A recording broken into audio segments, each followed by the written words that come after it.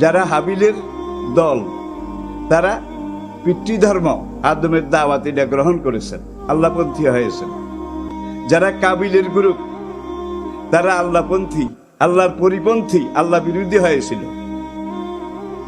এখান থেকে মানুষের যেই ধারাবাহিকতা আমরা দেখতে পাচ্ছি, মানুষ যখন আল্লাহর পথে থাকে, ওকানা হাক্কান আলাইনা নাসরুল মুমিনিন, যারা আল্লাহতে বিশ্বাসী, যারা মুমিন, তাদের প্রত্যেকটা কাজে সহযোগিতা করা আমি আল্লাহর উপরে ফরজ। মুমিনরা যখন আল্লাহর পথে ছিল, আল্লাহর সাহায্য সহযোগিতা তাদের জন্য অবধারিত ছিল।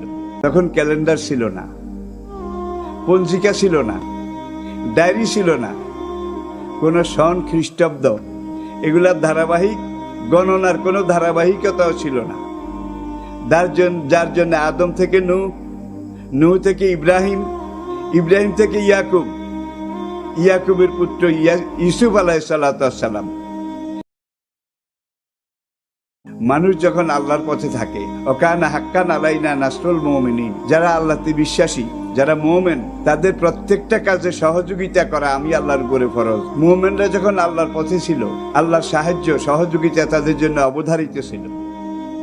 মহাগ্রন্থ কোরআনে পাকের 30 নম্বর সূরা 41 নম্বর আয়াত, জহরাল ফাসাদু ফিল বাররি ওয়াল বাহরে বিমা কাসাবাত আইদিন নাস। জলে স্থলে, গিরি কাননে, মরু পারাবারে, অনন্ত বিশ্ব চরাচরে যত রকমের বিপদ বিপর্যয়, যত রকমের গজব বালা মুসিবত মানুষের উপরে আপতিত হয়, বিমা কাসাবাত আইদিন নাস, এগুলো মানুষের হাতের কামাই। আল্লাহ বলছেন, এগুলো আমি কেন তাদের উপরে অর্পণ করি, কেন তাদের উপরে আমি এগুলো নাজিল করি, লিইউযিকাহুম বাদাল্লাযী আমিলু। তারা যেই রং সাইড এটাকে গ্রহণ করেছিল, তারা যেই ভুল ভ্রান্তিতে লিপ্ত হয়েছিল, তারা আল্লাহ বিরোধী যে সকল ধ্যান ধারণা, চিন্তা চেতনা এগুলোকে গ্রহণ করেছিল, আল্লাহ লক্ষ লক্ষ আম্বিয়া কেরাম পাঠিয়ে তাদেরকে বারণ করেছিলেন, কিতাব পাঠিয়েছিলেন। যখন কোনো ঔষধে কাজ করলো না, কোনো কিছুতে ওরা পথে আসলো না, এমনকি সত্যের সীমা লঙ্ঘন করলো, আল্লাহর দ্বীনকে রুখে দেওয়ার জন্য তারা আদা জল খেয়ে লাগলো। একমাত্র বনি ইসরাইল জাতি, ওয়াতাকতুলুনাল আমবিয়া বিগাইরি হক, এই আয়াতের তাফসিরে আল্লামা ইবনে হাজার আসকালানী রহমতুল্লাহ আলাইহি, আল্লামা শেখ আহমদ কাস্তালানী রহমতুল্লাহ আলাইহি, মোল্লা আলী কারি রহমতুল্লাহ আলাইহি, সেখান থেকে শুরু করে একেবারে আমাদের সমসাময়িক হাকিমুল উম্মাহ মাওলানা আশরাফ আলী থানভী রহমতুল্লাহ আলাইহি, মুফতি শফি রহমতুল্লাহ আলাইহি, সৈয়দ আবুল আলা মওদুদী রহমতুল্লাহ আলাইহি, এই পর্যন্ত এসে সকল যুগের সকল তাফসির যদি আপনি একটু অবলোকন করেন, পর্যালোচনা পর্যবেক্ষণ করেন, তাহলে যে সত্যটা আপনার আমাদের সামনে এসে উপনীত হবে, আমাদের কাছে জাগ্রত, জীবন্ত, শাশ্বতভাবে ধরা দেবে, সেই সত্যটা হচ্ছে, মানুষ যখন আল্লাহর পথে থাকে, ওকানা হাক্কান আলাইনা নাসরুল মুমিনিন, যারা আল্লাহতে বিশ্বাসী, যারা মুমিন, তাদের প্রত্যেকটা কাজে সহযোগিতা করা আমি আল্লাহর উপরে ফরজ। মুমিনরা যখন আল্লাহর পথে ছিল, আল্লাহর সাহায্য সহযোগিতা তাদের জন্য অবধারিত ছিল। এই সাহায্য দ্বারা ইব্রাহিম আলাইহিস সালাম, তাকে আগুনে ফেলার পরেও তিনি পুড়ে গেলেন না, জ্বললেন না, তার একটা পশমও না। এইটার কারণেই, আল্লাহমুখী হওয়ার কারণেই আমরা দেখি দ্বিতীয় আদম নূহ আলাইহিস সালাম, তিনি ভয়াবহ বন্যা প্লাবন, এখান থেকে তার ইমানদার অনুসারীদেরকে নিয়ে আল্লাহ পাক তাদেরকে ফাস্তাওয়ালা জুদি, বর্তমান উত্তর ইরাকের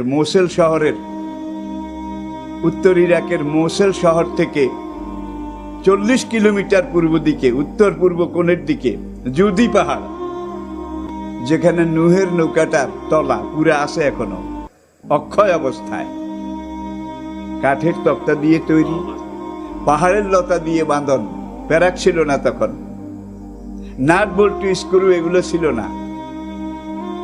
জিবরাইল আলাইহিস সালাম ফোরম্যান হিসেবে দেখিয়ে দিয়েছেন, নূহ অনুসারীদেরকে নিয়ে এই নৌকা তৈরি করেছেন। যখন বাতিল নূহের উপরে, ইসলামপন্থীদের উপর ঝাঁপিয়ে পড়েছিল, আল্লাহ নূহকে আগেই সাবধান করে বললেন, লাম্মা তগাল মা উ হামাল না কুমফিল জারিয়া, পানি যদি বিপদ সীমা অতিক্রম করে, তখন হে নূহ তুমি তোমার অনুসারীদেরকে নিয়ে এই নৌকা আরোহণ করবে। নৌকার নিচের তলায় ছিল পশু, চতুষ্পদ পশু। মাঝের তলায় ছিল নূহ আলাইহিস সালাম, তার কতিপয় অনুসারী। উপরের তলায় ছিল দুনিয়ার সকল রকমের পাখি, সবগুলো এক এক জোড়া করে। এটা আপনারা জানেন। আল্লাহ ঈমানদারদেরকে রক্ষা করেছেন, শুধু নূহের যুগে নয়। আমরা যদি ইসলামের ইতিহাস, কোরআনের ধারাবাহিকতা পর্যবেক্ষণ করি, আদম আলাইহিস সালামের 10th জেনারেশন, দশম পুরুষ সাইয়েদনা নূহ আলাইহিস সালাতু ওয়াস সালাম, নূহ আলাইহিস সালাতু ওয়াস সালামের 9th জেনারেশন, নবম প্রজন্ম সাইয়েদনা ইব্রাহিম আলাইহিস সালাতু ওয়াস সালাম, ইব্রাহিম আলাইহিস সালাতু ওয়াস সালামের তৃতীয় প্রজন্ম সাইয়েদনা ইয়াকুব আলাইহিস সালাতু ওয়াস সালাম। আমি প্রজন্ম প্রজন্ম কথাটা ইচ্ছা করে 3 বার রিপিট করেছি। তখন ক্যালেন্ডার ছিল না, পঞ্জিকা ছিল না, ডায়েরি ছিল না, কোনো সন খ্রিস্টাব্দ এগুলার ধারাবাহিক গণনার কোনো ধারাবাহিকতাও ছিল না। যার জন্য আদম থেকে নূহ, নূহ থেকে ইব্রাহিম, ইব্রাহিম থেকে ইয়াকুব, ইয়াকুবের পুত্র ইউসুফ আলাইহিস সালাতু ওয়াস সালাম, সেখান থেকে শুরু করে বনি ইসরায়েল জাতির নসল ধারাবাহিকতা দুনিয়ার মানচিত্রে যখন বসবাস করতে শুরু করলো, এই বনি ইসরায়েল জাতি, অতাকতুলুনাল আম্বিয়া বেগায়রে হক, এই বনি ইসরায়েলরা এমন দুর্দর্শ ছিল, তারা আল্লাহ রাব্বুল আলামিনের 70,000 নবীকে অন্যায়ভাবে হত্যা করেছিল। তাদের প্রথম যেই নবীকে তারা হত্যা করেছিল আপনারা জানেন, হযরত জাকারিয়া আলাইহিস সালাতু ওয়াস সালাম। সর্বশেষ যেই নবীকে হত্যা করেছিল হযরত ইয়ারমিয়া আলাইহিস সালাতু ওয়াস সালাম।